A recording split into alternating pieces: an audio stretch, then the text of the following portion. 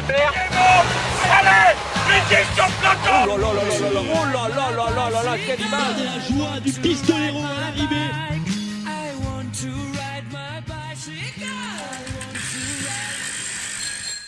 Et donc, on est de retour donc pour la seconde partie de ce podcast de présentation du Tour de France. Donc, on a eu droit au parcours, on a eu droit au sprinter lors de la première partie. Là, on va s'attaquer vraiment au nerf de la guerre, aux maillots jaunes, quoi, ceux qui vont se livrer la lutte pendant 3 semaines pour décrocher le classement général. Allons-y. Là, la liste est longue comme le bras. Hein. Voilà, un petit peu à l'image du Giro. Hein. Alors, on s'était dit, quand on avait vu la start list du Giro, ça va être difficile pour Tour de France de soutenir la comparaison. Et les gars, quand même, là, ça envoie quand même du bois. Hein. Donc, le premier coureur à évoquer, sans aucun doute, c'est le tenant du titre, c'est Christopher Froome, qui a 3 Tours de France en poche, qui est tenant du titre, qui a une équipe incroyable autour de lui, et qui malheureusement, quand même, le petit grain de sable, c'est que sa saison 2017, elle pue un peu quand même. Voilà, elle est un petit peu moyenne. Je crois que c'est la première fois qu'il aborde le Tour de France sans avoir gagné, auparavant dans l'année. Donc là, si je résume sa saison 2017, c'est 6ème de l'Herald Sun Tour, 30e du Tour de Catalogne, 18e du Tour de Romandie et 4e du Dauphiné quand même. Donc il se ressaisit un petit peu sur ce mois de juin, mais disons que à aucun moment Froome a été stratosphérique ou vraiment a été au-dessus de tout le monde, comme il savait le faire et le montrer sur les années précédentes. Donc est-ce que c'est pas l'année où Froome est le plus prenable ? J'ai envie de vous poser ça comme question. Alex.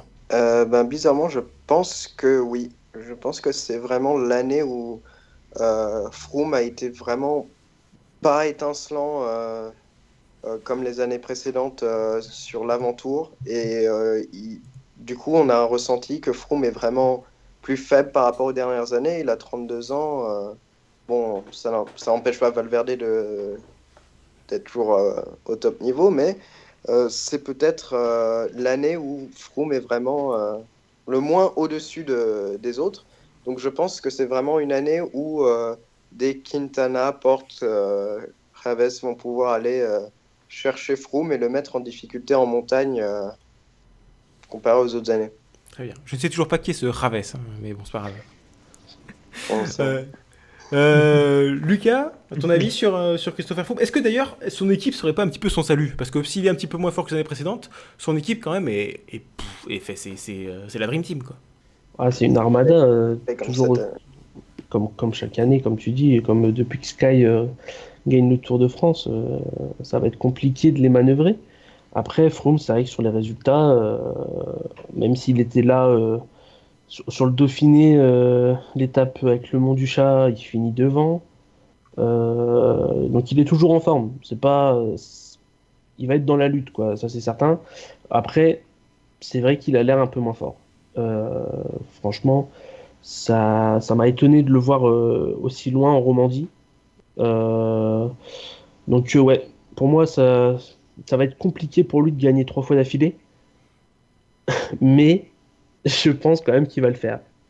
C'est un peu bizarre à dire, mais même s'il n'arrive pas en forme, pour moi, il va encore être au-dessus. Ok, il n'y a que 36 km de contre-la-montre, mais il va encore être devant sur les contre-la-montre. Et je sais pas, j'ai l'impression que l'équipe est tellement forte que personne n'arrivera vraiment à le décramponner, à le lâcher. Et ça va être vraiment très très compliqué. Ok. Je peux te contredire sur un point. Vas-y. Sur le point des contre-la-montre où tu penses qu'il va terminer devant tout le monde, faut pas oublier que Richie Porte a été bien meilleur que Froome sur tous les contre-la-montre où ils ont tous les deux été alignés cette saison. Hein. Donc, c'est vrai. C'est vrai. Et sur le Dauphiné, il termine derrière Valverde et derrière Contador, Froome. Donc oui, peut-être... bon après... Il fait top 10. Voilà, oui, certes, il fait top 10, mais bon, voilà, après, après, il y a quand même quelques petites rumeurs qui disent que sa forme un petit peu précaire jusqu'à présent dans la saison, c'est un petit peu calculé parce qu'il paraîtrait que cette année, bon, comme souvent, il vise la Vuelta également après le Tour de France, mais que cette année, il a vraiment fait de la Vuelta également un gros objectif. C'est pas juste, il fait le Tour de France et après il fait la Vuelta un petit peu en suivant, mais sans avoir fait vraiment une préparation spécifique dessus. Là, véritablement, il paraîtrait qu'il vise Tour de France Vuelta et il vise d'être au meilleur de son niveau sur les deux courses, quoi. Donc c'est un petit peu ça qui expliquerait ce manque de démonstration qu'on a souvent l'occasion de voir de la part de Froome sur la première partie de saison, que ce soit en Romandie ou au Dauphiné, etc. Adrien, ton avis sur le Kényan blanc? Alors, je partage un peu l'avis de Mayoge dans le sens où Froome m'a pas, m'a pas impressionné depuis le début de saison, et malgré tout, je le vois gagner le Tour. Comme tu viens aussi de le souligner, je pense qu'il décale son pic de forme afin d'être prêt pour la Vuelta. Euh, si Froome doit être prenable, c'est en première semaine. Je pense qu'en première semaine, il faut essayer de tenter des coups, que ce soit au Rousse ou vers Chambéry avec le Mont du Chat. Après, ce sera plus compliqué. Je pense qu'il va monter en pression au fil des semaines. Et puis son équipe c'est tellement forte qu'elle va cadenasser la course. Il est moins fort que les années précédentes. Porte est peut-être meilleur que lui, à l'instant où on fait ce podcast. Cependant, au final, Froome gagnera. D'accord, ok, très bien. Ben justement, tu évoques Richie Porte. Je pense que c'est le moment d'enchaîner, du coup, puisqu'on a à peu près tout dit sur Christopher Froome. À moins que vous ayez des choses à rajouter. Non, pas spécialement. Je pense que on attend aussi qu'il fasse, comme l'an passé, un peu de spectacle, qu'il prenne des risques. Et s'il a toujours cette attitude offensive, ça va être compliqué, quoi. Vraiment, ça va être compliqué pour Porte, pour Quintana, pour Contador. D'accord, ok. Néanmoins, Richie Porte, petite anecdote, est le favori selon les bookmakers. Donc voilà, je tiens à vous le dire. Les comptes sont... Le futur vainqueur du Tour de France. Voilà, donc les codes sont à 2,3 pour Richie Porte, 2,4 pour Christopher Froome. Voilà. Donc Richie Porte, il faut dire que quand même sa saison 2017 est assez énorme. Premier, donc vainqueur de Tour d'Avander, son tour national presque, vainqueur du Tour de Romandie, 11e de Paris-Nice avec en poche l'étape Rennes, et il aurait peut-être été dans la lutte finale pour le Paris-Nice si jamais il n'avait pas lâché sur une étape de plat. Et deuxième du très récent Dauphiné, où il semblait le plus fort, mais visiblement il a craqué sur la dernière étape, un petit peu à court, un petit peu trop omnibulé peut-être sur Froome aussi. Voilà. Alors, autre petite statistique, Richie Porte en 2017, il n'a couru que des courses World Tour, c'est-à-dire que le mec, le Continental, ça n'existe pas pour lui. Mais peut-être que sa petite faiblesse pour le mois de juillet, ce sera son équipe, voilà, parce que, bon voilà, on a vu un Caruso assez fort, même plutôt très fort sur le Tour de Suisse. Mais derrière, il n'y a pas grand mode.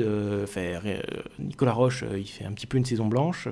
Et à part ça, ouais, c'est un petit peu la misère derrière, quoi. Donc, qu'est-ce que vous pensez de Richie Porte ? L'année dernière, il a prouvé à tout le monde qu'il était capable de tenir 3 semaines, malgré ce que tout le monde disait. Est-ce que cette année, il peut faire passer l'étape supérieure et pourquoi pas aller titiller Christopher Froome pour la victoire finale Adrien ? Ouais, comme je viens de le dire, Porte pour moi est l'homme le plus fort actuellement. Il m'a impressionné sur la dernière étape du Dauphiné, malgré le fait qu'il lâche. Mais s'il a lâché, c'est plus par défaillance tactique que physique. Cependant, je pense qu'il va craquer sur une étape. Il y a pas mal d'étapes qui sont très difficiles. Celle de Chambéry, il va la passer. Par contre, celle 2 fois sur 100 km, ça peut être trop difficile pour lui, ou même celle du Galibier. Je ne vois pas Porte jouer la victoire lors du contre-la-montre de Marseille, malheureusement, parce que j'aime beaucoup ce coureur. Ok. Après, Porte, pour moi, c'est le favori de la planche des belles filles. Hein. C'est le genre de difficulté, oui. C'est le meilleur du monde actuellement sur les montées de 5, 6, 7 km. Voilà, le mec est imprenable, c'est impressionnant. Je vois pas qui pourrait le battre à part un échappé ou peut-être un Quintana je sais pas.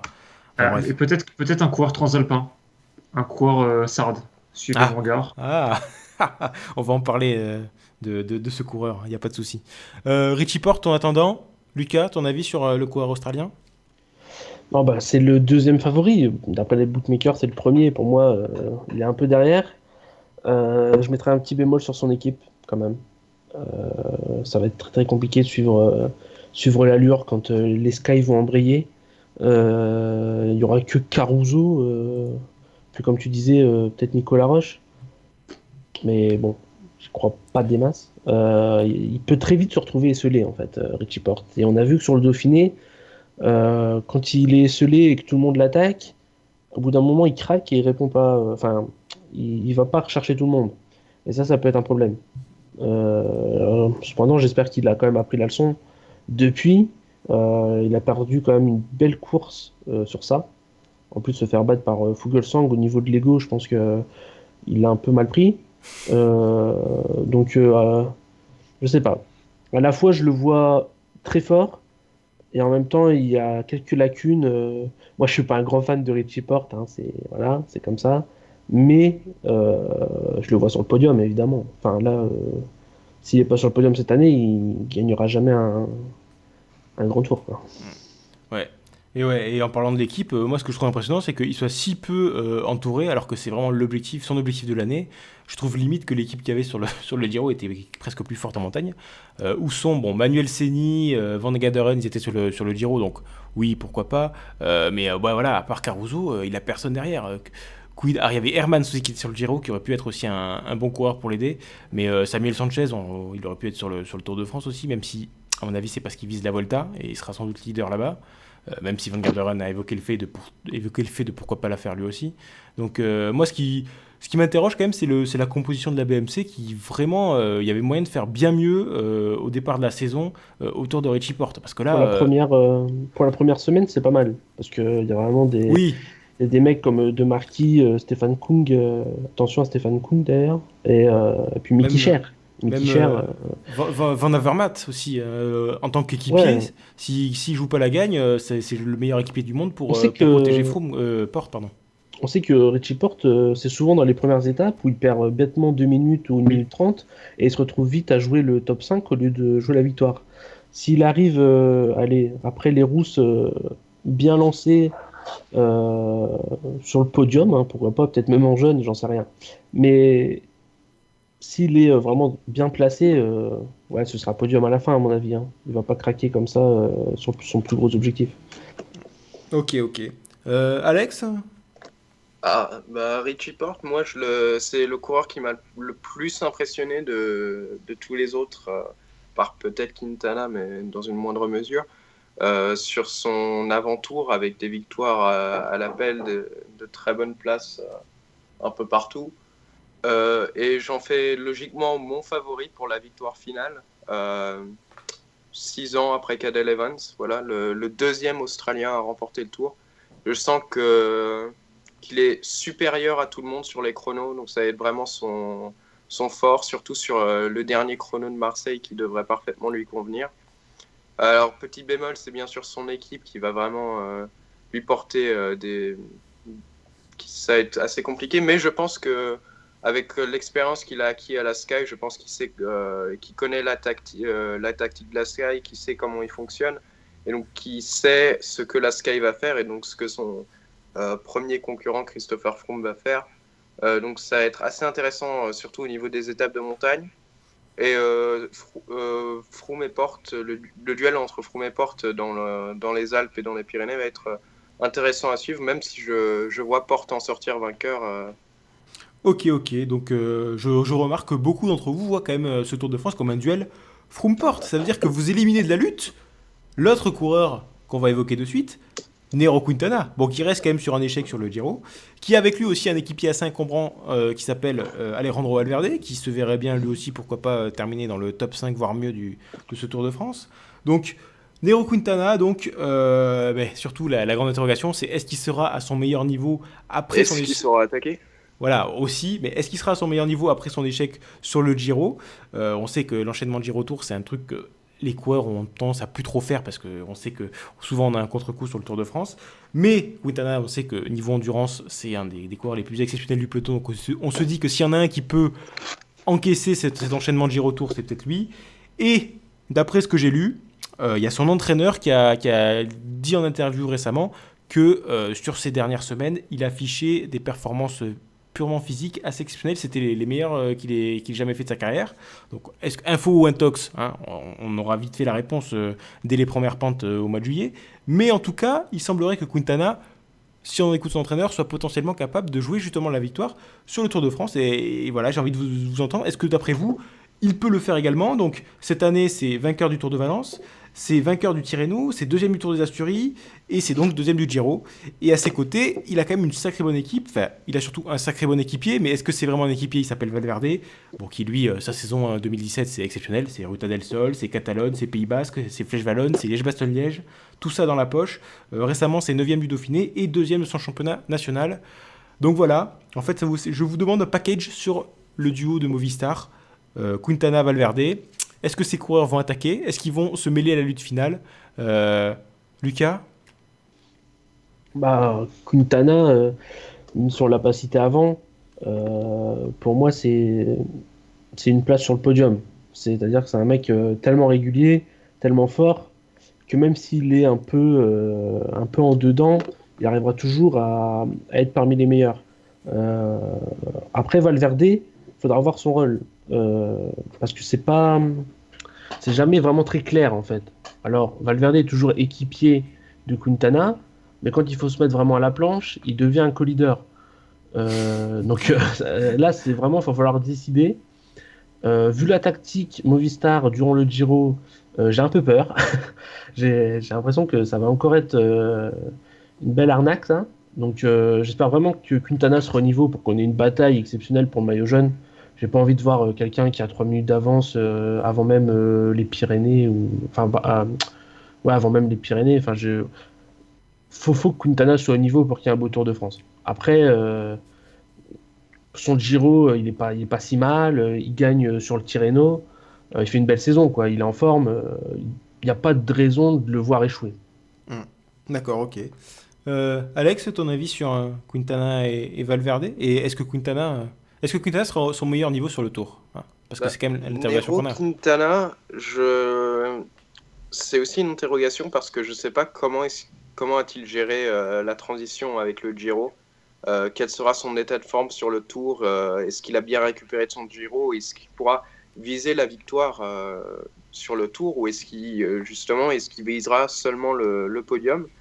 Pour moi, Quintana, ça va être quelqu'un qui va suivre le mouvement, en fait, qui va pas vraiment attaquer, qui va plutôt se contenter de suivre, surtout sur les premières étapes de montagne, et ensuite qui va décider en fonction de son état de forme si, oui ou non, il doit continuer de viser soit la victoire, le podium, le top 10, et ainsi de suite. J'en fais pas un de mes favoris pour le podium, même si j'en fais bien sûr l'un des favoris pour le top 5.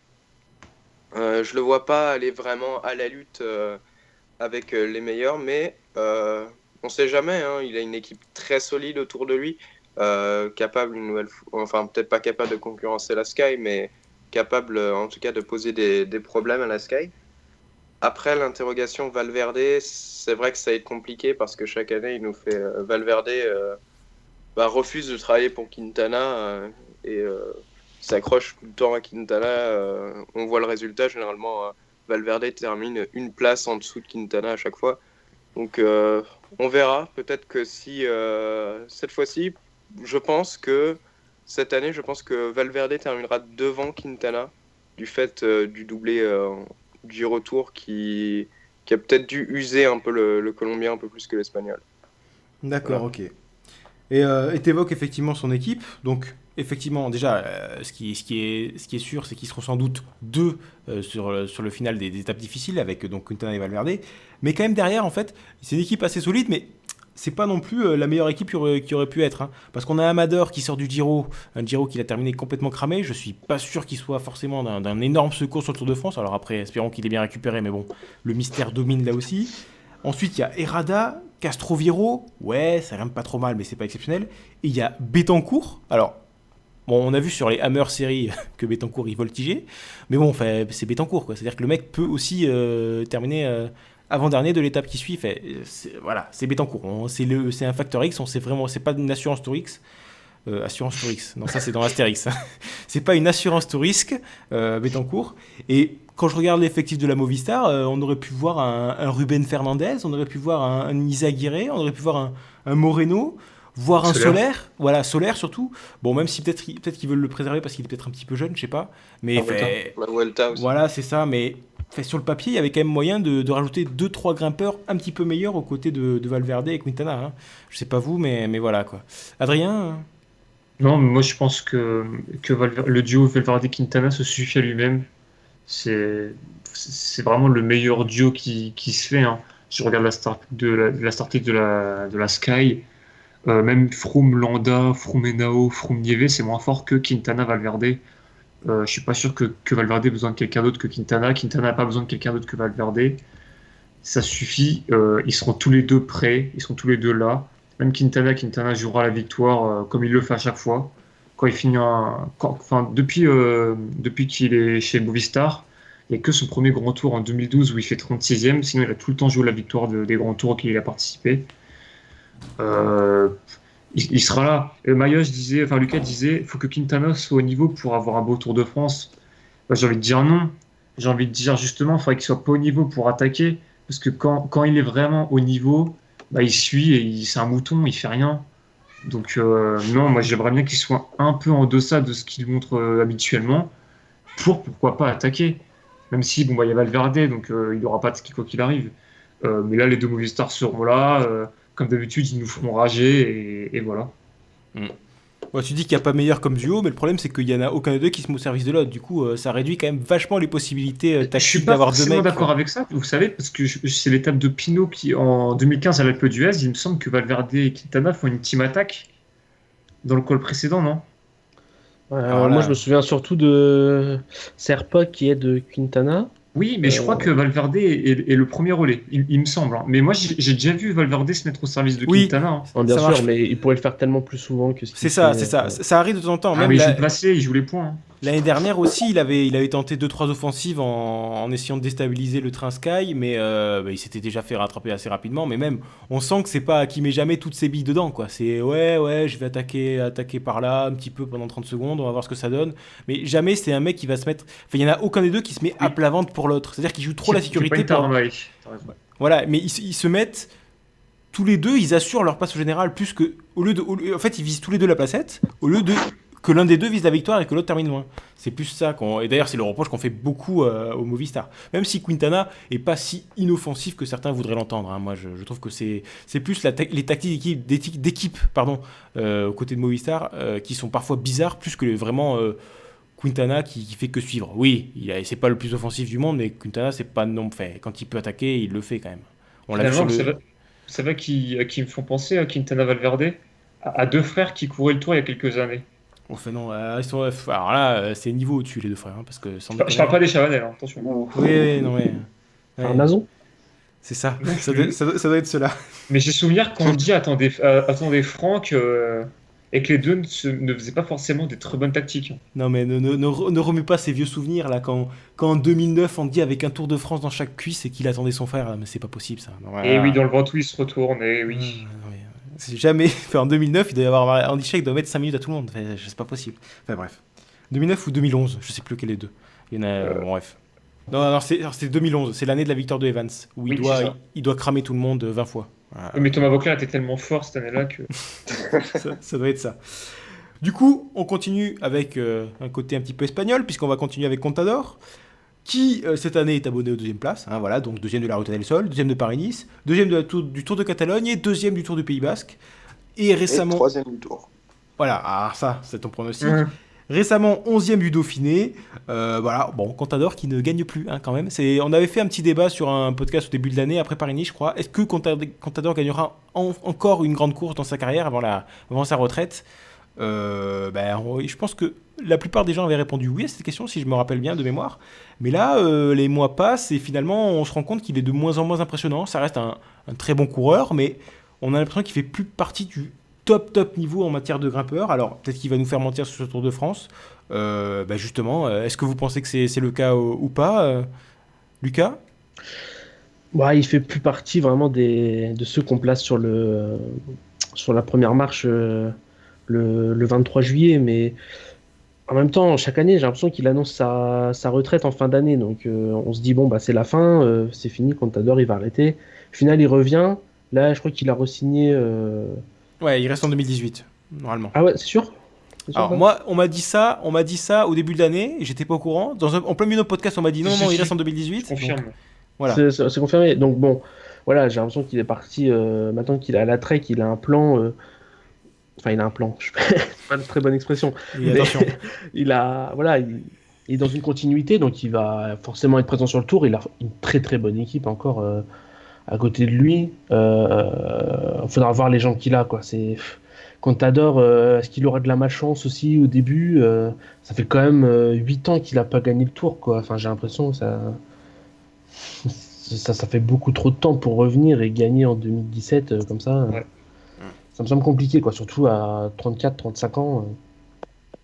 Mais comme tu dis, il a effectivement une bonne équipe avec. Bon, alors malheureusement, le petit fait dopage du mois de juillet, c'est le contrôle positif de Cardozo à l'EPO juste avant le départ là. Bravo. Du coup, ouais, c'est ça, magnifique, hein, un Portugais, remplacé par Emar Zubeldia, qui du coup est. Emar. Voilà, il devient Emar.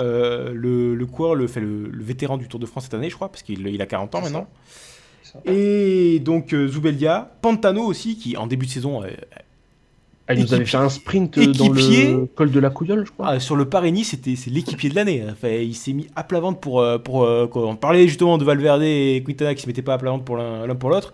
Pantano, sur le Paris-Nice de cette année, oh là là, il nous a fait du travail, c'était magnifique.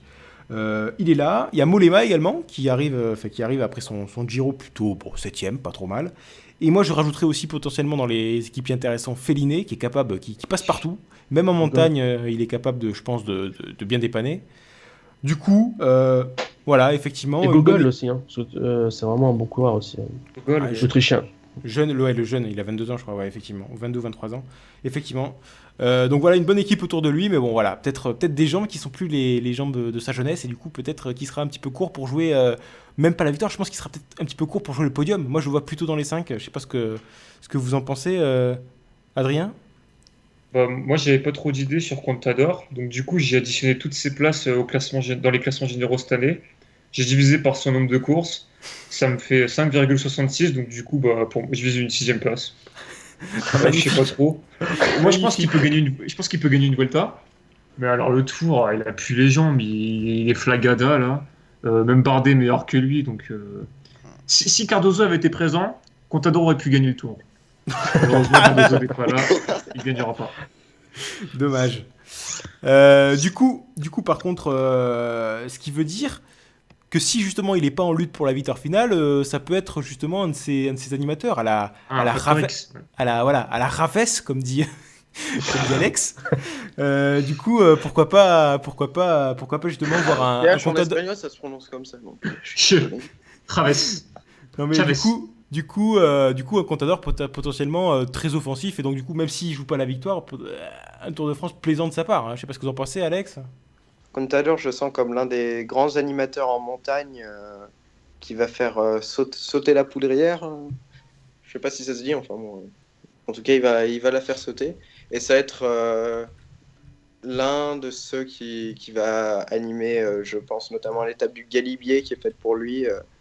Et je pense honnêtement que Contador a les moyens de viser le podium et de battre des gens comme Quintana qui viseront, ou Haru qui viseront la même chose. Et alors, juste pour conclure sur Contador, il a toujours pas gagné cette année. Est-ce qu'il gagnera une étape sur le Tour de France? Parce que c'est une des interrogations que j'ai. C'est-à-dire que oui, Contador, il fait beaucoup de deuxième place, mais j'ai l'impression qu'il a plus justement le petit peps, le petit punch qui lui faisait gagner des victoires auparavant. Voilà, comme vous le dites, les années se font sentir. Est-ce que cette année, on aura une victoire de Contador sur le Tour de France? Oui, non. Alex? Ok. Lucas? Non. Adrien? Non plus, mais ce sera une question du jeu qui sortira sur le forum du groupe Eto jeudi à 18h. Oh, le teasing, Voilà, magnifique. soyez présents. Magnifique. Par Très contre, bien. Contador, si à un moment il se retrouve 7-8ème du général, au moins on peut être sûr qu'il va pas la garder cette place. Il va attaquer, il va essayer de remonter dans le top 5, quitte à passer Il je va sais la pas, perdre, 11e, 12e, enfin voilà, il s'en fiche.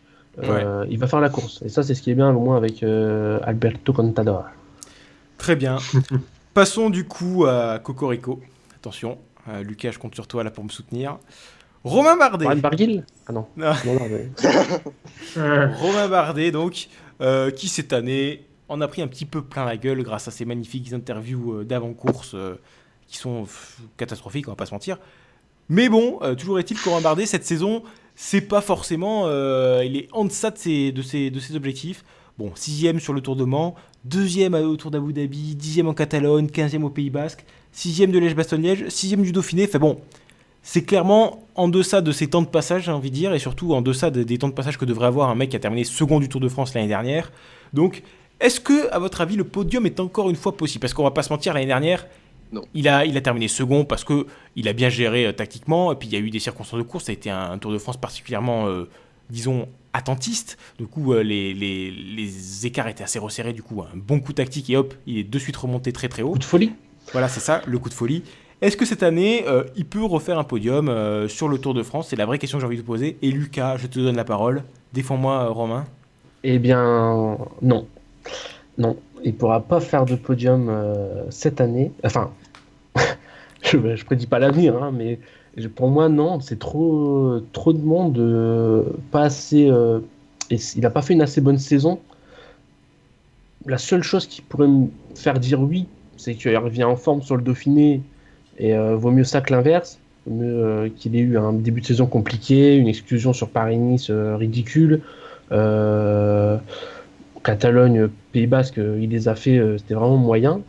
Tandis que là, sur le Tour, il arrive avec une 6e place au Dauphiné. Un Dauphiné qui était quand même assez relevé, donc c'est assez solide.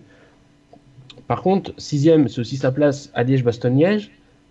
Et si je devais me livrer un prono, ce serait aussi sa place sur le Tour de France. Je le mettrais bien 6e. À la lutte pour la 5e place, mais pas avec le dénouement de l'an passé où il termine 2e.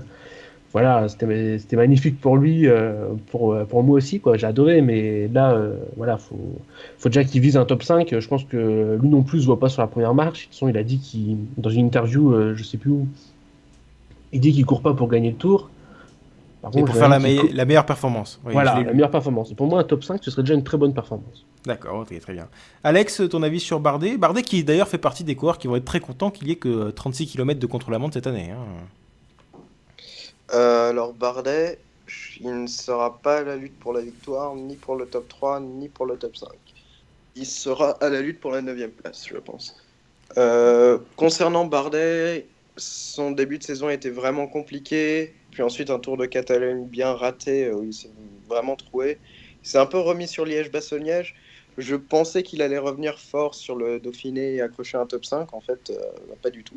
Il est pas si loin du top 5. Oui, là, il y a de l'exagération. Là, c'est parce que sur le chrono, il est pas bon, mais sinon, il fait une très bonne fin de Dauphiné. Voilà. Et puis un Tour de Catalogne catastrophique, il termine 10e, quoi. Voilà. Et puis il est à 30 secondes de la 3e place. Il termine derrière George Bennett, quand même. Je crois. Ouais, George Bennett qui a gagné le Tour de Californie, c'est pas n'importe qui, attention. Ouais, enfin Julien Alaphilippe a aussi gagné le Tour de Californie.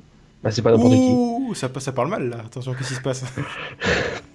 Vas-y, continue Alex sur Romain. Donc, pour moi, je pense pas que Romain Bardet puisse faire une excellente performance. Moi, je le vois plus au mieux 7e, au pire hors du top 10.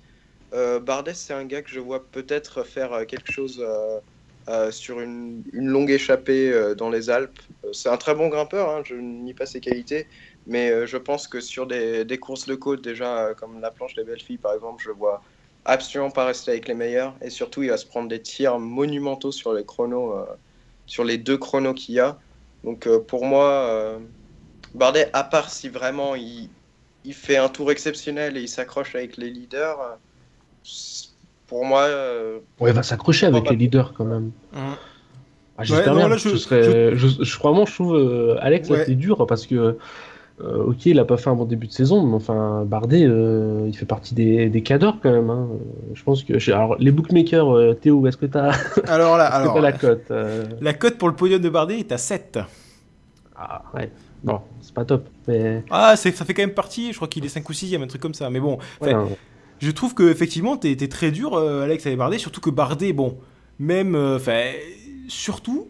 Une des grosses qualités de Bardet, c'est que je trouve qu'il sera très rarement sur ses objectifs, quoi. C'est-à-dire que c'est un mec, c'est une assurance, fait partie des mecs qui sont assez réguliers, quoi. Pinot, est moins régulier que lui, même si intrinsèquement, il est peut-être meilleur en haute montagne, il voltige plus quand il est rentré fort. Bardet, lui, c'est vraiment un mec qui, lorsqu'il a un objectif qui est calé avec son pic de forme, lui, tu peux être sûr qu'il va pas se rater. Le problème avec l'un de ses objectifs du début de saison, c'était Paris-Nice, et que malheureusement, il est resté accroché à sa bagnole. C'est pas qu'il a raté son objectif parce qu'il était pas assez fort, c'est qu'il a raté parce qu'il a fait une connerie avec son équipe et qu'il s'est fait exclure. Mais voilà, moi Bardet, ça Et fait enfin, partie... quand on voit le plateau qui sera devant lui, devant lui, il y aura Froome, Porte, Quintana, Contador, Aru, Chavez. non, alors moi je suis désolé, je mets pas probablement tous ces mecs devant lui en termes de. Chavez, il n'est pas devant Bardet. Bon, voilà. Bon alors, très bien. C'est que des mecs qui ont fini derrière Bardet l'an passé, hein, pratiquement. C'est ça, c'est Porte, ça. Quintana, tout ça. Hein. Du coup, Non, Adrien, personnellement, je ne verrais pas Bardet plus haut qu'une 7ème place. très bien, très bien. Mais je ne demande qu'à voir, après tout. Bardet, c'est quelqu'un qui a des qualités de grimpeur, qui l'a prouvé de nombreuses fois par le passé. On n'est pas à l'abri qu'il fasse la même chose que l'année dernière avec un peu de chance. Hein. Très bien, très bien, très bien. Adrien, ton avis sur le coureur français, on t'a pas entendu. Et surtout, potentiellement aussi évoquer la densité, la fameuse densité d'AG2R, qui a autour de Romain Bardet Latour, Franck, Villermoz, Backlands et Gauthier. Donc c'est quand même pas n'importe quoi. Donc... Moi, j'ai envie de vous citer une phrase que Bardet a dit en interview au mois de mars. 2 points, ouvrez les guillemets. Plus je serai fort, moins je souffrirai. Voilà, tout est dit sur Bardet, j'ai pas envie d'en parler, je l'aime pas. Voilà. Ah ouais, d'accord. Non, je rigole. Plus sérieusement, Bardet, je le vois faire un top 5. Ah, et finalement... Non, mais je l'aime pas trop ce gars-là, mais je le vois faire un top 5 malgré tout. C'est un super coureur. Il est toujours là quand il a des objectifs. Hormis sur Paris-Nice, bon, c'était un fait extra sportif. Je lis plus ses interviews, mais sur le vélo, ça reste un super coureur. On se moque de son côté, je vais attaquer, je ne le fais pas. Mais c'est quand même l'un des coureurs les plus offensifs du peloton. Bon, après, on n'a que des petites bites. Mais voilà, je vois Bardet faire un top 5. J'en dirai pas plus. Par contre, son équipe est très costaud. Mason, Franck, Villermoz, Gastoer, Gauthier, Latour. Oui, Non, Latour c'est surtout vraiment une aussi. très bonne Ouais. équipe. L'atout, ça va être l'atout de Bardet, en fait, avec C'est Mathias ça. Franck. Ah, je suis pas sûr. J'ai l'impression que Latour va. Moi, j'ai cité Latour parce que là, C'était j'étais. l'étape. Mais non, moi, je pense que Latour, il fera rien. Je le vois pas au niveau. Ah, d'accord. C'est son premier tour, non? Ouais, Ouais, c'est il ça. découvre. Ouais, du coup, il va peut-être être en rodage, se mettre sur les... Enfin, Bardet, sur son premier tour, il fait 15ème. Hein. Donc, Ouais, mais Latour est moins fort. Ah oui, c'est certainement. Bon, après, il faut quand même dire que Latour, pour son premier Tour de France, on en parle déjà potentiellement sur le... Pourquoi pas, bon, pas jouer la gagne sur le maillot blanc, mais être sur le podium. Hein. C'est-à-dire qu'il y aura forcément des mecs qui, pour le maillot blanc, qui seront devant lui, parce qu'eux, ils viseront plus au général, ce seront les premiers leaders dans leurs équipes. Mais Latour, il y a moyen qu'il fasse... je sais pas pourquoi tu le vois forcément moins fort, alors qu'il vient Non, de il gagner fera pas un podium. Hein. Il fera pas un podium sur le maillot blanc. Il y a Bourgman, Mentis et Yates. Oui, voilà, Mais non. c'est pour ça que je te disais qu'il y a forcément un ou deux mecs qui vont être devant lui parce que ce seront les vrais leaders de leurs équipes. Mais Latour, pour moi, je trouve pas ça surprenant de le voir entre la 12e et entre la 10e et la Oui, 15e place, un truc comme Je ça. suis d'accord avec toi, mais je sais Attention pas. à Miguel Angel je Lopez, mets- hein, qui était déjà jeune aussi. Mais Non, mais Bourgman, il va bosser pour Maïka. Non, Lopez, il fait pas le tour. Oui, Lopez, il fait il pas est pas le là. tour Non, fracture Ah, du merde. pouce. Bourgman, il va plus bosser pour Maïka, comme Latour va bosser Ah, pour. je suis pas sûr. Hein. Ah, Bourgman. c'est pas Ah, je l'ai aussi dans le stock, hein. Attention, vous précipitez. Bourgman, Alors pas moi, j'ai dessus, hein. lu sur le forum l'observateur Béo Barter qui nous a dit que Bourgman peut-être pas aussi fort que sur le Dauphiné. Ah, très bien. Moi, je vois Bourgman faire peut-être un fond de top 10. Eh ben tiens, c'est parfait. C'est Ah parfait. bah, Ça on va a être fait- une des grandes questions avec l'équipe avec 2 leaders, quoi. Même chose qu'Orica, d'ailleurs. Ben, enchaînons donc parfaitement donc avec Majka. C'était pas forcément celui que j'avais suivant sur la liste, mais bon, puisque vous parlez de Bourgman, donc du coup, effectivement, parlons de Maïka et Bourgman, qui sont tous les deux dans l'équipe Bora et qui sont les leaders de l'équipe. Alors, même si quand même, moi je pense que quand même ça sera Maïka le vrai leader. Hein. Bourgman, ça sera vraiment l'équipier d'appoint, même s'il reste sur une belle 7ème place sur le Dauphiné. Après, il a fait aussi 2e de son championnat national, donc il est quand même, voilà, vraiment, il est en forme Bourgman. Mais Majka, il vient de gagner le Tour de Slovénie. Bon, Tour de Slovénie, on va pas se mentir. Hein. J'ai pas regardé contre qui il avait gagné, mais à mon avis, ça doit pas être très flamboyant. il a gagné devant les terribles Jack Haig Ah voilà, et c'est ça. Gregor Mühlberger. C'est ça. Champion d'Autriche. Alors moi, Maïchka, il me fait très peur, parce que sans déconner, Maïchka, parce que là, il vise le général du Tour de France, donc il va pas viser le maillot à poids, donc là, on va voir le visage raton de Maïchka.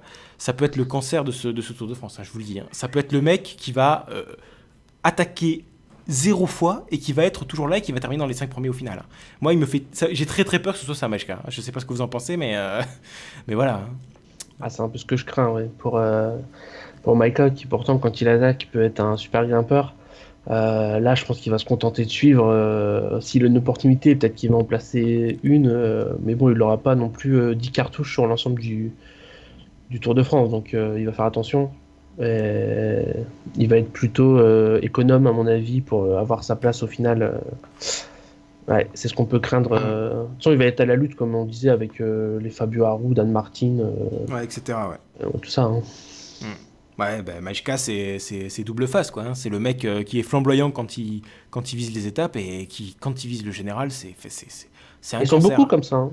Ouais, non, mais lui c'est incroyable quand même, hein, parce que là, il nous a sorti un Giro, c'est l'année dernière, je crois. L'année dernière, le Giro qu'il nous a sorti, c'était pas possible, quoi. Enfin, voilà, Maïchka, c'est vraiment, c'est tout ou rien, quoi. Et là, vu qu'il vise le général cette année, j'ai l'impression que ça va être rien. Voilà, je sais pas ce que vous en pensez, Alex, Adrien. Ouais, alors Maïchka, enfin, s'il saute sur une étape, c'est fini pour lui en même temps. Mais s'il saute très tôt, disons, sur la planche des belles filles ou sur le Mont du Chat, et que c'est terminé, il va mettre le feu dans les Alpes en essayant d'aller chercher une étape. Faut Pour qu'il lui, saute aussi. Hein. Ouais, il faut qu'il saute. Mais l'étape du Mont du Chat, s'il est pas bien, ça peut aller très vite. C'est pareil pour les autres. Hein. Oui, c'est sûr. Mais après, Maïchka, oui, il est très régulier aussi, Maïchka. Hein. C'est un petit peu un Romain Bardet. Enfin, c'est pas un mec qui craque trop, je trouve. Hein, c'est pas un mec qui a trop des jours sans, justement. J'ai l'impression que ça fait partie de ces coureurs qui sont assez réguliers, qui sont pas partie du top mondial en termes de grimpe. Hein. Voilà, ils sont juste en dessous, mais étant donné qu'ils sont très réguliers, ils arrivent à faire des bons classements. Et vu la moule que c'est, lui, pour le lâcher, il va falloir s'accrocher, quoi. Voilà. Bon. Adrien. Oui, je pense qu'en effet, il va se montrer très régulier en second rideau. On le verra pas à l'attaque. On le verra pas non plus lâcher irrémédiablement tel Van Garderen. Il sera là entre la 7e et la 9e place. C'est un peu le Mathias Frank de 2015. Voilà, tout ça. Ok. Alors juste, on vient d'évoquer Bardet juste avant Maïchka. J'avais prévu juste derrière de faire un tout petit aparté sur Thibaut Pinot. Parce que Thibaut Pinot, voilà, on ne sait pas s'il va jouer le général ou pas. Alors, lui, il dit qu'il viendra pour les étapes. Son entraîneur, son frère, Julien Pinot, lui dit par contre que oui, il va jouer le général. Donc du coup, on ne sait pas trop sur quel pied danser. Donc, est-ce qu'on peut raisonnablement penser que Pinot va jouer le général sur le Tour de France, sachant qu'il sort du Giro, où il a fait 4e quand même, un bon Giro, hein, voilà, on était déçus qu'il ait raté le podium de peu à la fin, mais il faut quand même pas se mentir, c'était un bon Giro. Il a fait aussi un très très bon début de saison en multipliant les places d'honneur sur la Ruta del Sol, le Tirreno, même le Tour des Alpes. Donc vraiment un très beau début de saison, un Giro dans les pattes, donc du coup peut-être un petit peu court physiquement pour tenir 3 semaines encore sur le Tour de France. Du coup, est-ce que c'est une bonne idée et surtout est-ce qu'il va le faire de jouer le général Thibaut Pinot, à chaque fois qu'il vise le général, il se foire et il va chercher une étape. Donc cette fois-ci, s'il vise les étapes et qu'il se foire, il peut gagner le général. Ça peut marcher. C'est magnifique, j'avoue quoi.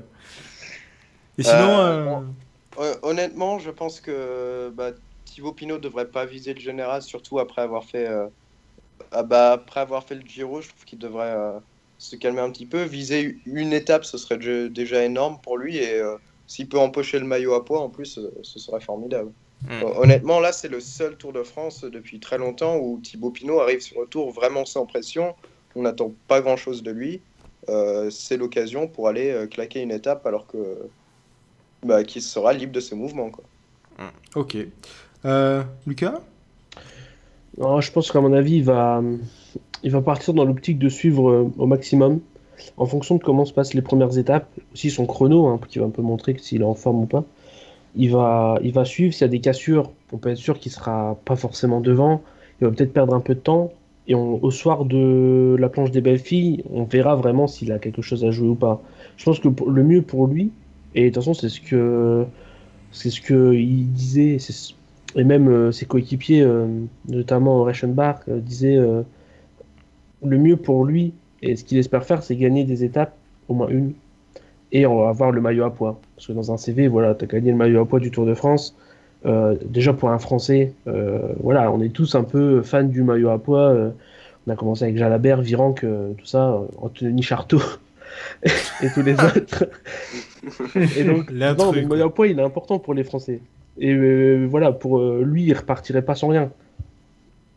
Donc il va tenter à la fois les deux, parce qu'on sait que celui qui gagne le maillot à poids a souvent quand même gagné une étape. Donc l'un va pas sans l'autre. Sauf Anthony Charteau. Ouais, Anthony Charteau, c'est vrai. Mais bon, c'est voilà. Adrien, ton avis sur Thibaut Pinot ?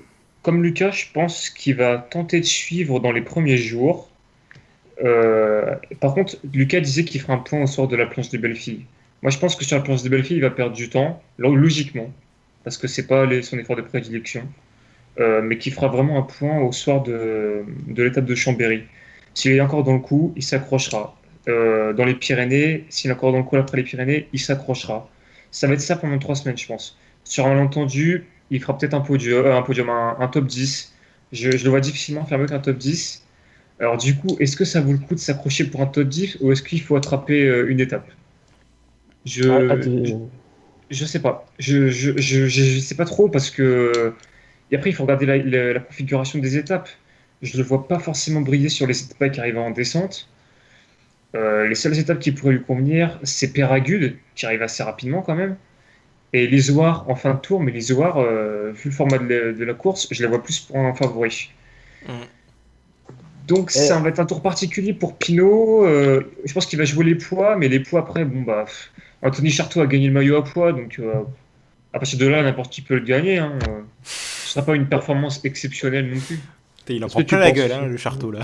Ouais, mais c'est parce que voilà, c'est lui qui sort un peu, on pourrait dire Pelizzotti, enfin, il y en a eu d'autres. Mais est-ce que tu penses pas que juger au soir de l'étape de Chambéry, c'est pas un peu trop tard vu les cols qu'il y a dans l'étape de Chambéry?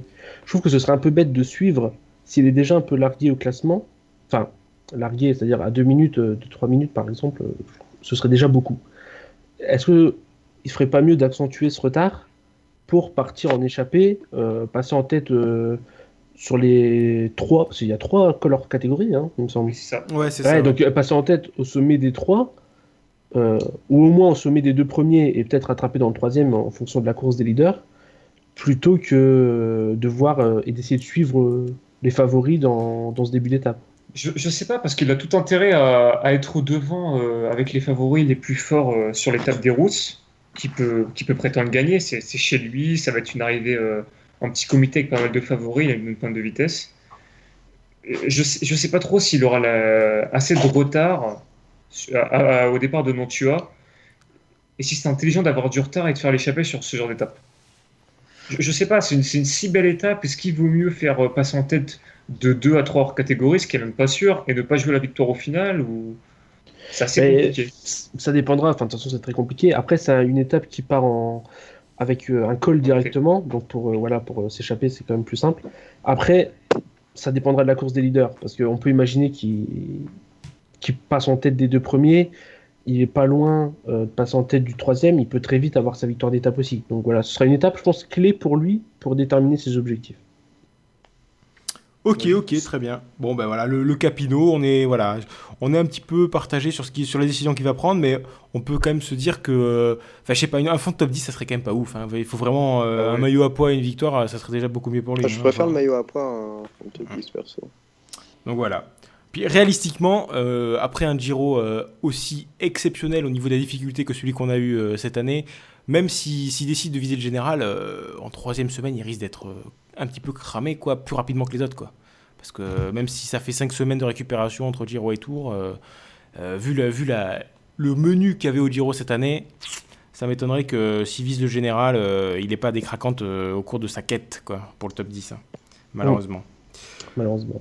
Enchaînons, avec justement un coureur, un sarde, comme il avait été décrit, Fabio Aru, qui reste sur un échec en 2016 sur le Tour de France, alors qu'il était dans les top 10. Alors, il était 7e, je crois, au moment où il craque, lors de la dernière étape, lors du coup de folie de Romain Bardet. Très C'était le mauvaise journée. lendemain, hein. C'était le lendemain du coup de folie? Ah, excuse-moi. Ouais, c'est Mollema qui craque à Saint-Gervais-Mont-Blanc et le lendemain ben. dans Jouplane c'est Fabio Aru. Très bien. Bon, ouais, voilà. C'est ma mémoire qui m'a fait défaut, excusez-moi. Bon, Ouais, mais il a voilà, vraiment tenu jusqu'à la dernière étape, c'est ça que je veux dire. Voilà, c'est ça. Mais c'est exactement ça, oui. J'avais bien retenu que c'était sur l'avant-dernière étape qu'il avait vraiment craqué. Et qui passe donc de la. Bah, il perd 6 places, je crois qu'il termine 13ème du coup. Et du coup, c'était une saison 2016 un petit peu ratée du coup pour lui. Et là, cette année, bah, ça revient plutôt pas trop mal. Hein. 3ème au Tour de Man, 8ème au Tour d'Abu Dhabi. Et puis récemment, 5ème du Dauphiné où il s'est montré assez fort. Dauphiné qui a été remporté par son équipier Fuglsang qui sera lui aussi là. Et il a également et surtout gagné son championnat national. Donc on va le voir avec un joli maillot tricolore sur les routes du Tour. Ou pas. Oui, joli ou pas, effectivement, on verra bien. Mais donc voilà, Fabio Aru qui revient sur les routes du Tour pour à nouveau jouer avec les meilleurs. Est-ce qu'il pourra le faire, hein? C'est parce que l'année dernière, il n'avait pas vraiment joué avec les tout premiers rôles avant sa craquante. Est-ce que cette année, ça sera le cas? Surtout que cette année, il aura avec lui Fuglsang, donc, qui a l'air d'être dans la forme de sa vie, puisqu'il vient de gagner le Dauphiné. Donc voilà, à l'image un petit peu des Movistar, eux aussi risquent d'être 2 sur les finales d'étapes difficiles. Donc à voir ce qu'on pourra faire avec ça. Surtout que eux ont plus tendance à être offensifs. Quand je parle de eux, c'est les Astana que les Movistar. Donc il y a moyen de faire de jolies choses. Qu'est-ce que t'en penses, Adrien? Oui, je pense que Haru peut faire un top 5, peut-être même un podium, mais il a l'air très très bon en ce mois de juin. Je pense qu'il va arriver plein badin, comme dirait Vincent Moscato. Et avec Fuglsang, ça peut faire un très bon duo.